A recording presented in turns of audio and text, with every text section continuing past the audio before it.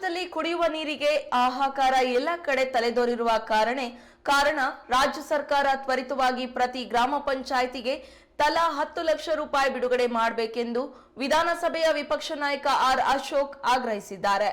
ವಿಧಾನಸಭೆಯ ಕಲಾಪದಲ್ಲಿ ಕುಡಿಯುವ ನೀರಿನ ಅಭಾವ ಕುರಿತು ನಿಲುವಳಿ ಸೂಚನೆ ಪ್ರಸ್ತಾವ ಮಂಡಿಸಿ ರಾಜ್ಯವ್ಯಾಪಿ ಬೇಸಿಗೆ ಆರಂಭ ಮುನ್ನವೇ ಕುಡಿಯುವ ನೀರಿನ ಸಮಸ್ಯೆ ಎದುರಾಗಿದೆ. ಈಗಾಗಲೇ ಹಲವು ಗ್ರಾಮಗಳಲ್ಲಿ ನೀರಿನ ಸಮಸ್ಯೆಯಿಂದ ಬೇಸತ್ತು ಗ್ರಾಮಸ್ಥರು ಗುಳೆ ಹೊರಟಿರುವ ಉದಾಹರಣೆಗಳಿವೆ.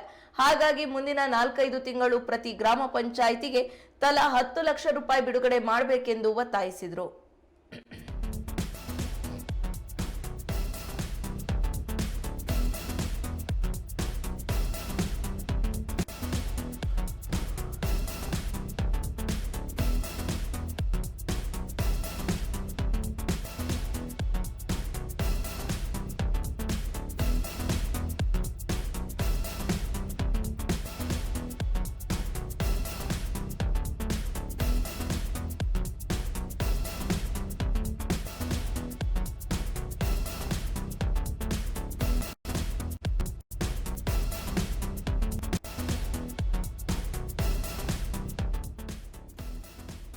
ರಾಜ್ಯದಲ್ಲಿ ಸಕಾಲಕ್ಕೆ ಮಳೆ ಆಗದಿರುವಂತಹ ಕಾರಣಕ್ಕೆ ಈ ಬೇಸಿಗೆಯಲ್ಲಿ ಕುಡಿಯುವ ನೀರಿಗೆ ಹಾಹಾಕಾರ ಉಂಟಾಗಿದೆ.